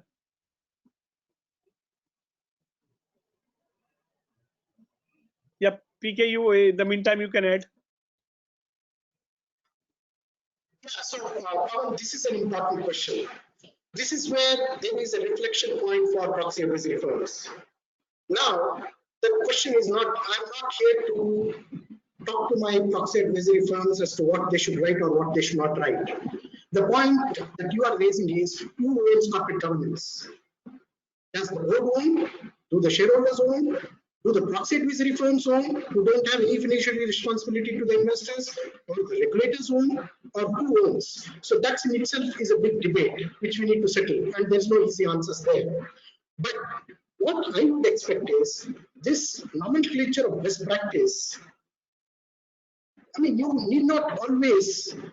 So most of our best practices come from the West, where the context is very different.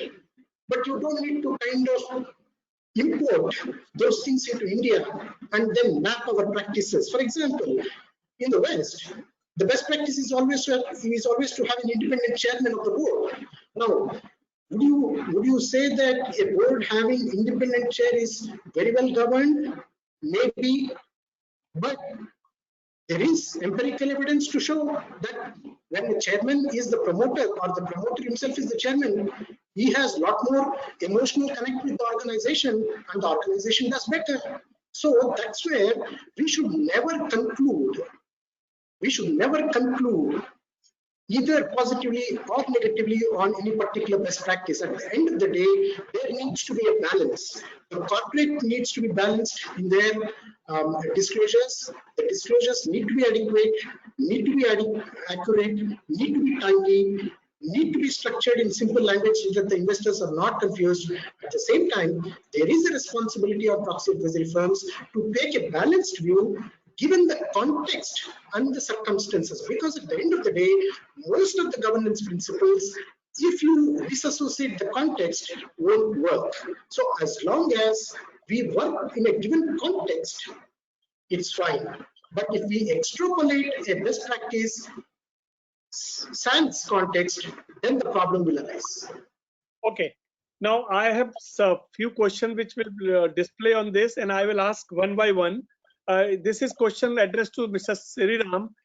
Can you just say, do PA publicly disclose their policy guideline? How do they update their policy guideline? And I'll request just short, because we have to cover more questions, so we can not go into detail, but yes and no on certain things you can say. Yeah, I mean, the PAs are disclose the policy guidelines. In fact, it is a derivative of the voting guidelines published by the mutual funds, because SEBI anyway mandates institutional investors to publish their voting guidelines. So in a way, that is we update, as I already discussed, how do we update the policy guidelines? Sort of as the law changes, as this changes, we update the policy guidelines, right, to reflect maybe a issue which was not considered till date at all. We observe some proposal which has come and we update our policy guidelines.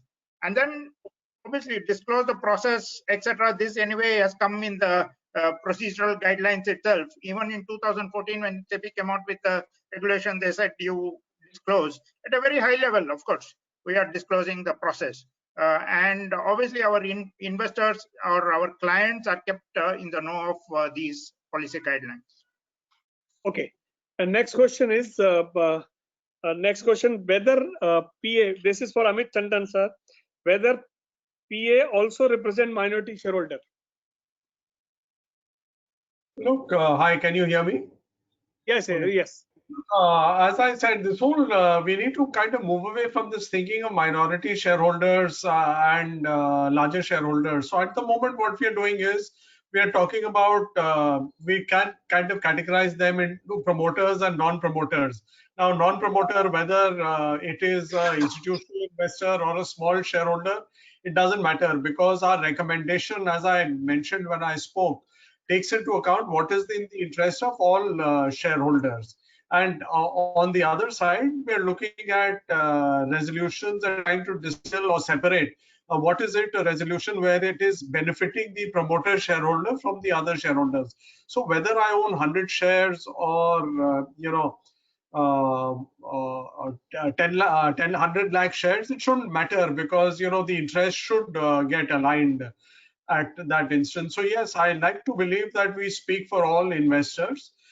We also recognize that, while you're speaking for all investors, different investors have a different time horizon.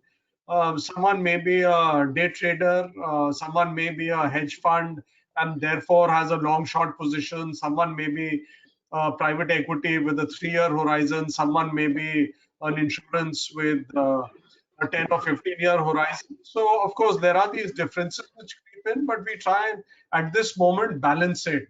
Debanik did speak about the fact that a lot of the investors have their own policies where the proxy advisory firms help them, give them voting recommendations in line with their policies. But having said so, yes, we'd like to do so.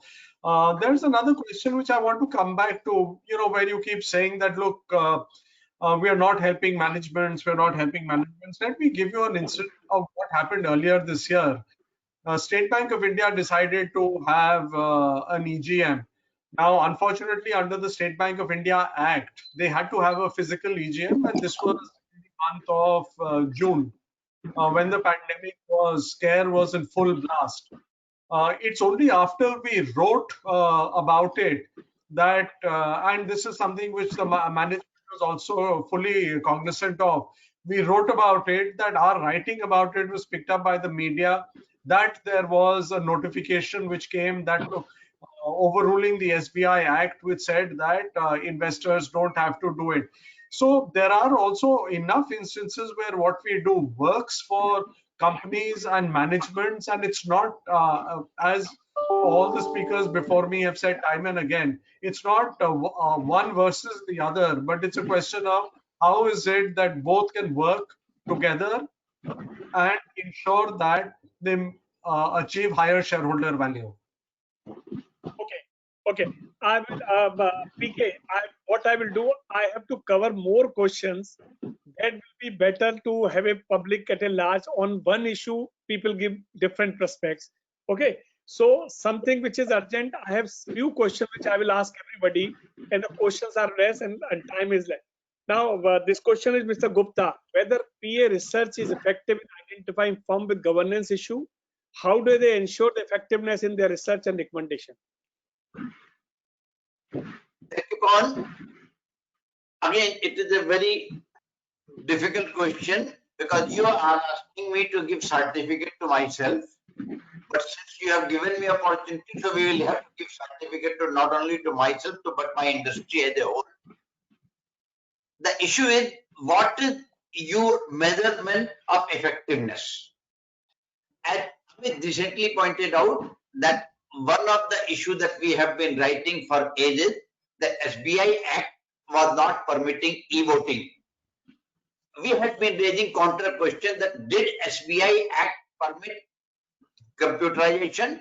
Because when SBI Act was framed in 1955, nobody had seen computer. So what to talk about e-voting? So the thing is that the SBI moved ahead in core banking and everything, computerizing everything. So whatever was benefiting to them, they did. But what was for the benefit of the investor, they never did. So that is where the effectiveness comes.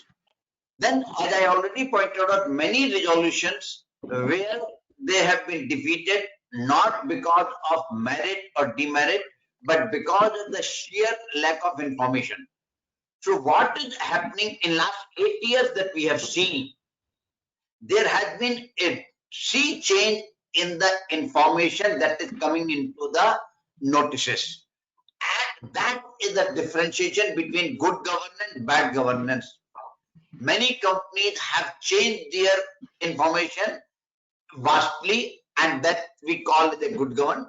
And many companies are still in the old style. I would recall that when we started in 2012, when we wanted to get some information from the company, they say, "Who the hell are you?" and they will bang the phone on our head. Now, the companies want to talk to us that this resolution we are coming, what is your opinion? So that change has happened, and recommendations are really effective and things are changing. And I feel that if the trend continues, in 2 to 3 years time, you will have a very different corporate governance canvas in the country. Okay. Thank you. The next question is to Deva Basu. Are the regulatory frameworks in US and India different? If yes, what are the key differences? Well, assuming this is the regulatory difference for Proxy Advisory Firm, the regulatory framework, right? So I think so. As you know, at ASIS, we are an SEC registered investment advisor, and therefore we fall under the regulatory authority of the SEC. In many ways, you know, these regulations are similar to what we have in India, but there are of course differences which you know are there. But at the end of the day, everyone focuses. All these regulations focus on, you know, things like disclosures, transparency, and accountability for proxy advisory. There is a lot of talk on, you know, how do we mitigate conflicts of interest, whether we are disclosing our shareholdings to our clients, whether we are disclosing our policies and methodologies. So there's a lot of focus on those aspects. And there could be a few technical differences here and there, but broadly, the areas which are covered are more or less the same. Okay. Okay. The question is to PK. PK, what are the responsibility of corporate to its investor? And why we do need proxy advisory firm? Why can't we do ourselves? Why we require proxy advisory should tell us all these things? Okay, Bhavan, I think I did address this. Our responsibility as corporates and of course officers of the corporation is to make sure that we service our investors. I mean, at the end of the day, investors have brought in the capital. Our foremost responsibility is we don't destroy the capital. We give them sustainable value. And of course, year on year, when they come for the meetings, we give them adequate, accurate, timely information which is in simple language so that they are able to make decisions whether to vote or not on a particular matter. So that's, I think, very clear. That's our responsibility. We need to own it up. And I think more than anybody else, the company secretaries have to own up. And I think we stand ready to own up that. Why do we need proxy advisory firms? As I said, obviously there might have been a gap. Otherwise, the investor would have taken the information that's coming from the company and he would have been satisfied.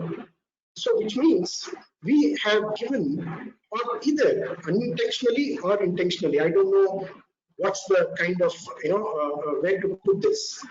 But probably the circumstances are changing. The external environment is complex. So obviously the way we structure our disclosures need to be far more robust. And these are firms which are far more, I should say, they have far more expertise because they have time, they invest resources in making some research, which probably neither the investor nor the company secretaries or the companies would do. So I think that's the reason why you need a proxy advisory firm, and they become stronger and stronger because of that. And most of the investors who use proxy advisory firms reports are not actually the retail investors. Most of them are institutional investors, asset managers who don't have time and don't want to invest the kind of resources that are required to do that research. Now, you also asked for another question. Sorry, I'll just take one other split second. You also asked Mr. Tandon whether his report is for minority investors.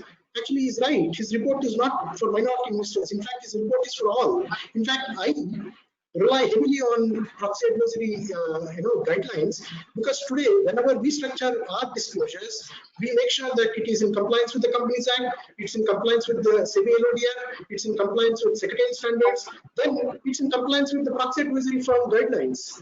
So why leave them out? I mean, at the end of the day, if my intent is to give my investor the full information, why leave them out? I will also use the same guidelines as effectively as my investor will use. So I will also take his report. Okay, okay. Mr. Amit Tandon, you want to add something? Your voice. Sir, open your voice.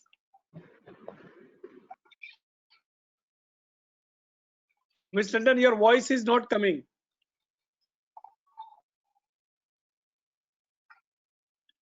Your voice is not voice. Okay, I will speak on his behalf then. Okay. Pawan, I will speak. I think, sir, I will because I have more questions, so I will not stick to this. Now, next question is very interesting, Mr. The next question, Vivek. How you suggest, Mr. Subramaniam, how you suggest higher standards which are not in the law? How you ensure that such higher standards are not arbitrary? How high standards are appropriate? No, as I told you, I mean, at the end of the day, I mean, there is higher standards to some extent is evolved with this one of the investors at the end of the day, right? I mean, and there is a reasonable judgment and professional discretion which is adopted at the end of the day. We are not randomly saying, okay, a director should be only on one board. Oh, no, I mean, some issues, obviously, we have to defend our recommendation also with data, right? At the end of the day, with data and logic. Like a buy-sell report, equity research analyst provides, we have to defend our recommendation with data and logic. So that's how we ensure that these are not arbitrary. And two is large part of these is derived from the proxy advisory guidelines itself. So the guidelines is generic. So while on a case-to-case basis, some of the issues could be taken from case to case, but 90% of our recommendations would follow from the guidelines, proxy advisory guidelines, which is a bare minimum, which is sort of applicable across all the companies. Okay. Next question is to Amit Tandon. Do you act only for client or also undertake suo analysis of certain companies? If you look at For whom? Sorry. the proxy advisory firms in US, it's quite.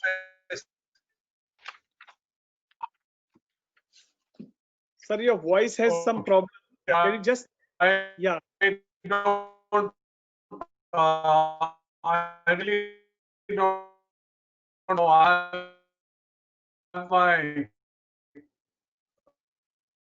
My microphone on unmute.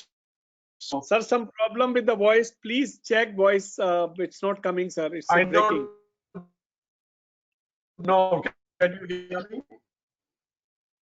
Voice is coming, but it's cracking, sir.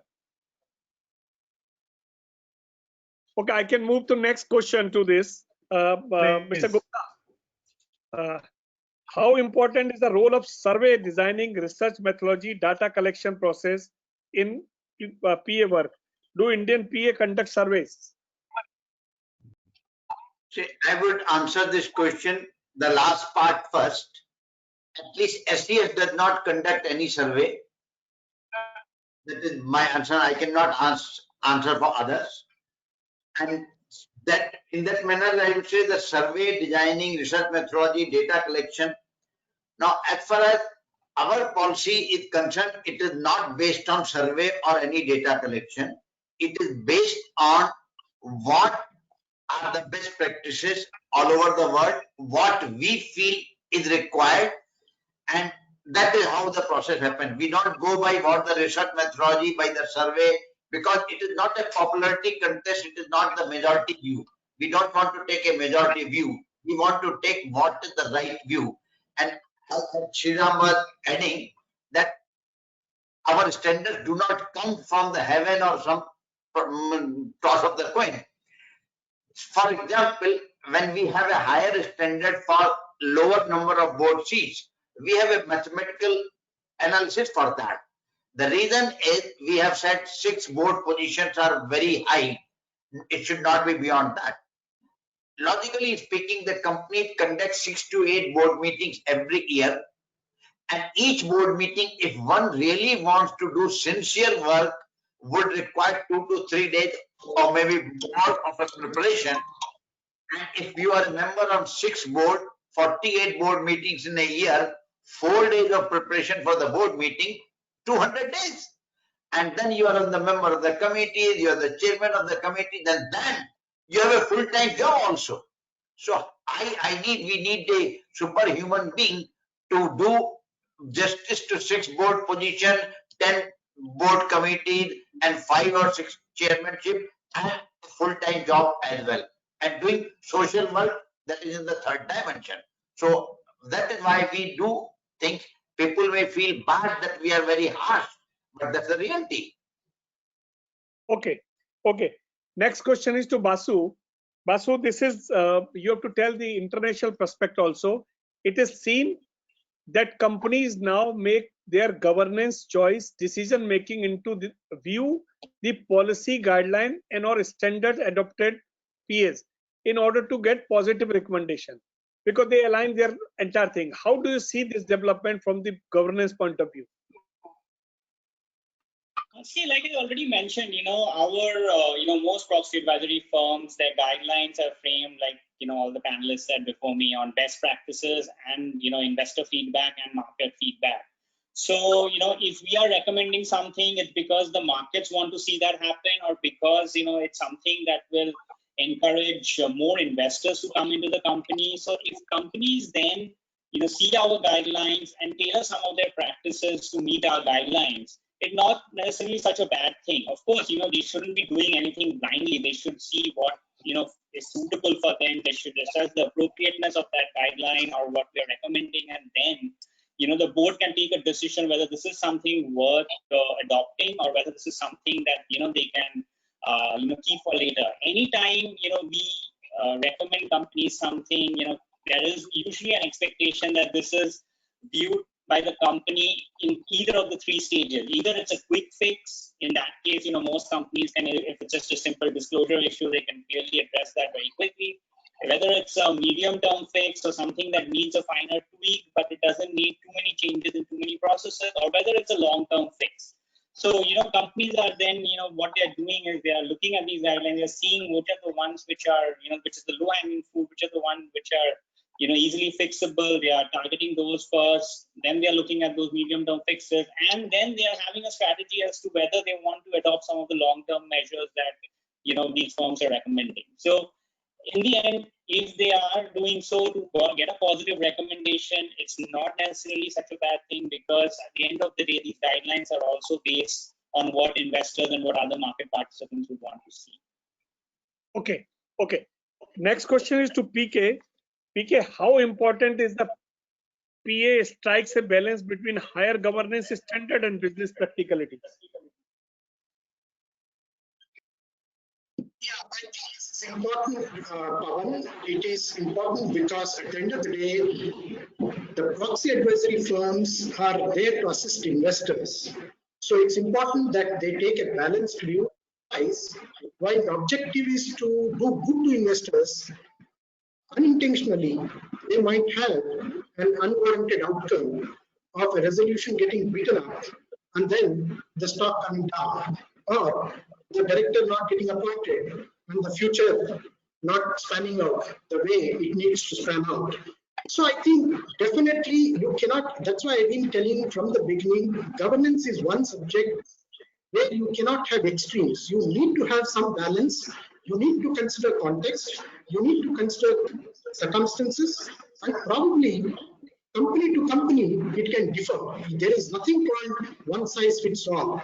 So I'm expecting, I'm hoping that people are doing that. And if they don't, it will only impact investors. And I think in the long run, all of us, this is an evolutionary process. I think we will get there. We will all learn, and there will be a balance to this. Okay. Mr. Gupta, you want to add? Yeah, I want to say, because Amit's mic is not working, so I have to speak for him also. He had already pointed out one place that we never second guess management decisions. So we do not go into the practicality of the business. What we talk is what is based on fairness and disclosure. And I will give you a very simple example.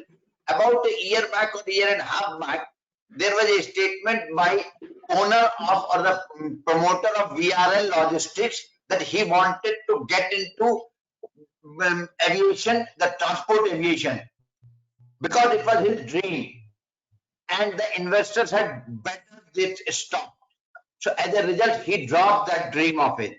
So what means is that the proxy advisors are also acting like this, that when you see some extraordinary efforts from the company, many a times we see resolution where the company's total asset size is 500 crore and they say that we want to borrow 3,000 crore, 4,000 crore. So in those cases, we always say no, because there is no information available to the shareholder that a company which is having a 500 crore asset base, what the hell they are going to do with 3,000 crore they want to raise. Unless until you tell the investor or their shareholder that this is the plan, then only you go ahead. So those cases where there is a gap between the information and investor cannot take an informed decision, we will always be putting our recommendation, which may not be liked by the corporates, but that is what is our duty. Okay. Amit sir, can you, your voice is okay? Just check. Yeah, just check. Voice is not coming, sir.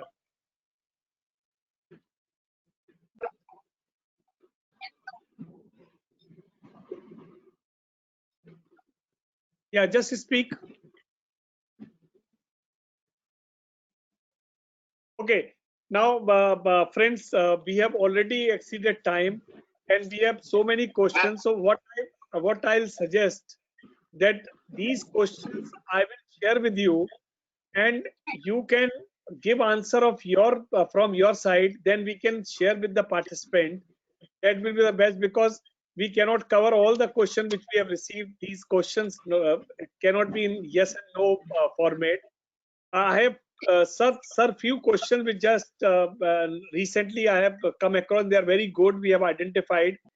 Where do we draw line between best practices, legal requirements, and management vision and board recommendation? Mr. Subramaniam. No, as I told again, I mean, this is a sort of a repetition of a question in that sense. Legal requirements, I mean, we expect all companies to be adhering to the law. I mean, that is the bare minimum. I mean, the best practice, as Mr. Gupta also told, there is a continuum. Okay, there are companies which want to adopt higher standards. Parvatism work, PK worked for Infosys. Infosys set the standard in '97. Indian law did not require Infosys to disclose a lot of things, operating metrics, bench metrics, lot of metrics. But Infosys adhering to gap standards, etc. Infosys was the first company to do so. Why did they do? I mean, there was no requirement for Infosys. Infosys said, I want to be better than the best. So in fact, in 2003, when SEC invited globally all firms to adopt XBRL standards, Infosys was only the 6 companies globally invited by SEC to adopt XBRL. Okay, so Infosys set a standard for Indian corporates for years and years together, and they were able to bring lots of investors into itself, as well as eventually into Indian corporate markets. In fact, I had met an investor in Hong Kong who had framed the Infosys share certificate and put it in their boardroom, okay, and said, I will never ever sell these shares. That's the reason I framed it. So I'm just saying that best practice is for companies which want to be ahead of the game, which want to attract global investors, and legal requirement is just about the minimum. Okay, Gupta ji, whether the PA firm attract accountability under what provision of law? Okay. PA firms have accountability under SEBI regulations under which we are registered. But I always believe that our accountability starts and ends with our clients. The moment we are not doing the right work, we are not giving them the quality research, they will not give us contract, they will not be our subscriber, and our existence will not be there. So that is the first level of accountability. The second is very clearly regulator is there, and if there is any issue, one can always approach the regulator. And third is that the company themselves can write to us and we always respond to them. There is a procedure which is there.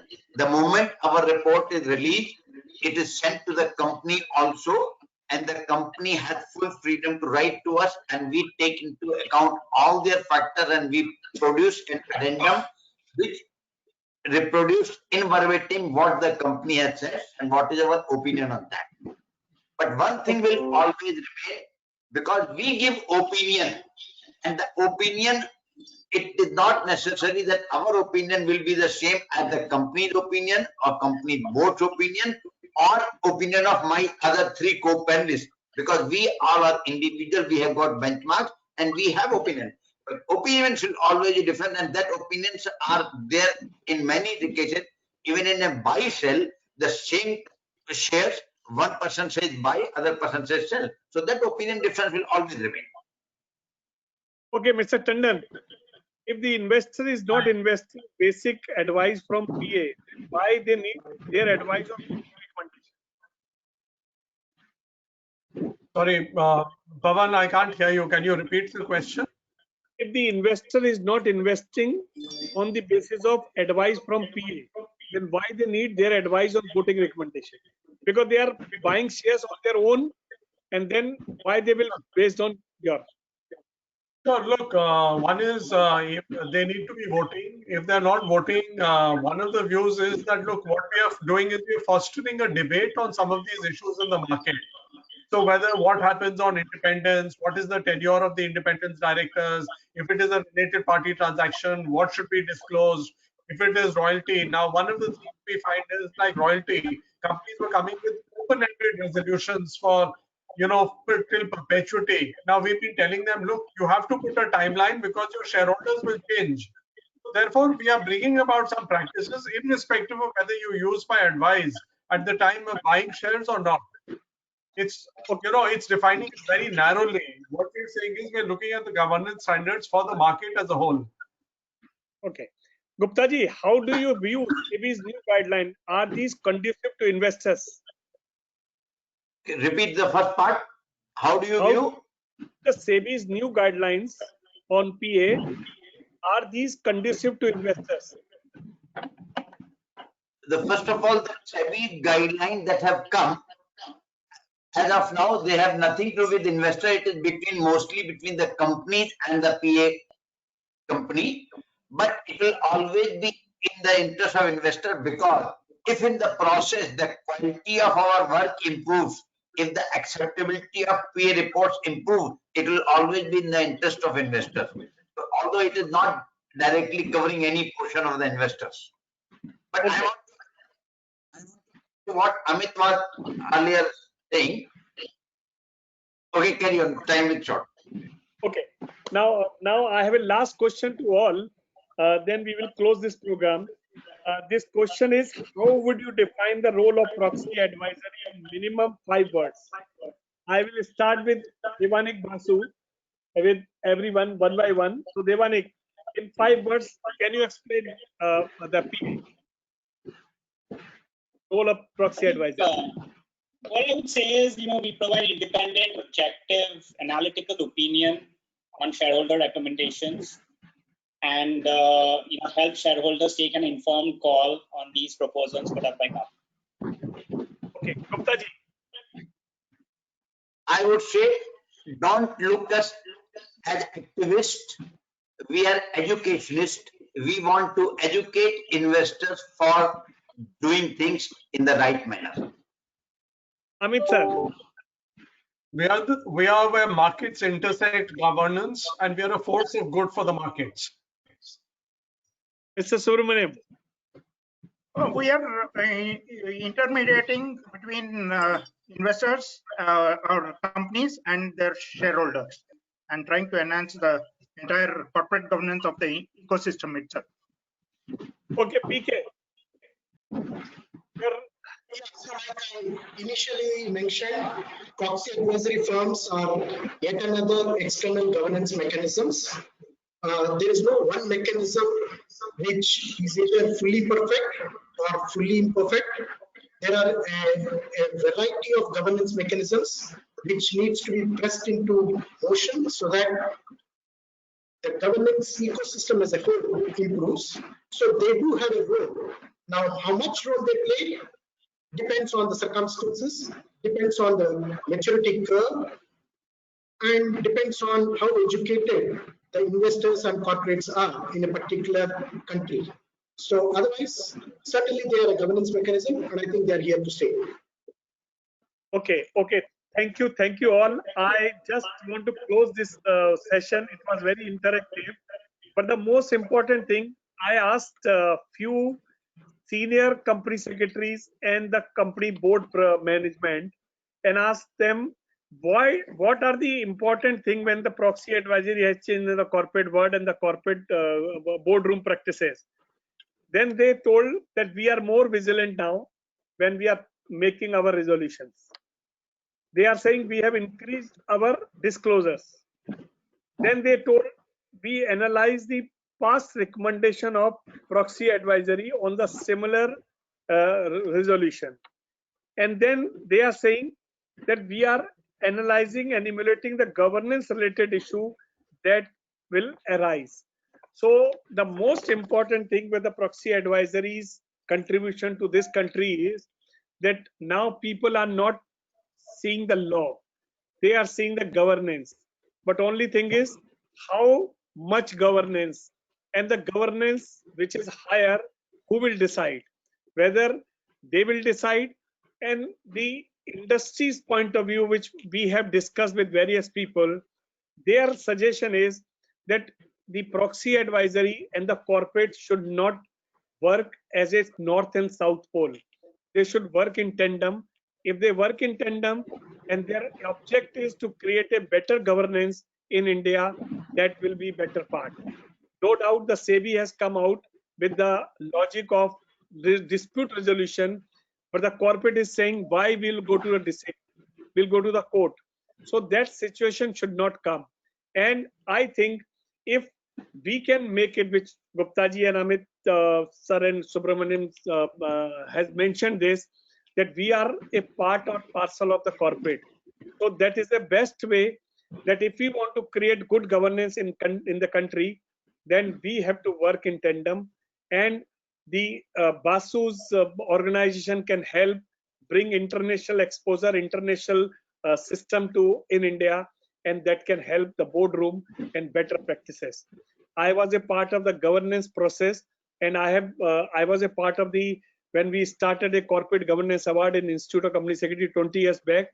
I have seen that governance is not the tick box, but it is higher than and higher than. And who will get the award of corporate governance? Not the person who is complying, but the person who is complying far ahead and the giving the new dimension of government. And that governance gives valuation, that governance they give better recognition to the company. So I think with this note, I request my panelists that I will send these questions, because so many good questions are there which can solve lots of problem of the industry and lots of miscommunication between these things.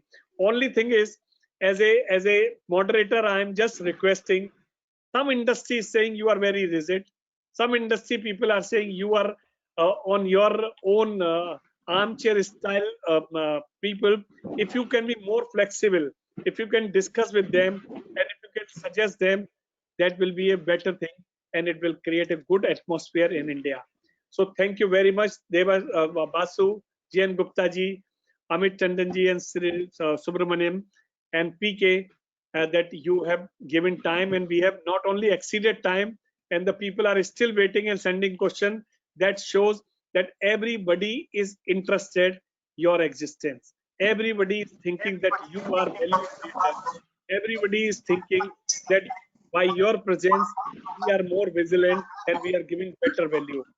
That is the success of your existence.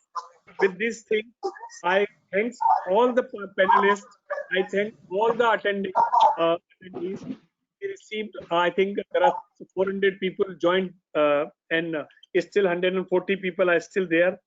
And I'll just announce, next Friday on 18th September, we are having a corporate fraud program, and Mr. B.S. Sundaresan of SEBI will be the speaker, and from MCA, one speaker will be there. And after that, on 25th September, next Friday, next to next Friday, we are having a right issue practical experience, and we are inviting the 3 very important people, those who have handled the right issue, and they will tell you what are the problems and practical things. So thank you very much to all for giving this very interesting, and the most important thing, all 4 panelists, entire proxy advisory industry is here today. That is the best part. Yeah, Mr. Gupta wants to add something. Yeah, I would thank you very much for bringing us together with the companies and the users face to face, so they understand what we mean. Please do not take us wrong when we criticize. The objective of criticism is to make everything improve your valuation and all the good things for stakeholders. So we are, again, as I said in the beginning, we are a doctor which gives a health check to you and give you the prescription. It is up to you whether you follow that prescription or not.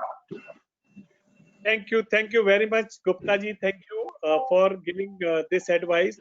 And let's take this part of this takeaway of this program, that the proxy advisory here to support you, to bring better governance and to bring better awareness for stakeholders' benefit. Thank you very much. Thank you very much to all for joining us. Thank you. Thank you. Thank you. Okay. Have a nice evening, all of you. Thank you. Thank you. Thank you so much. Bye.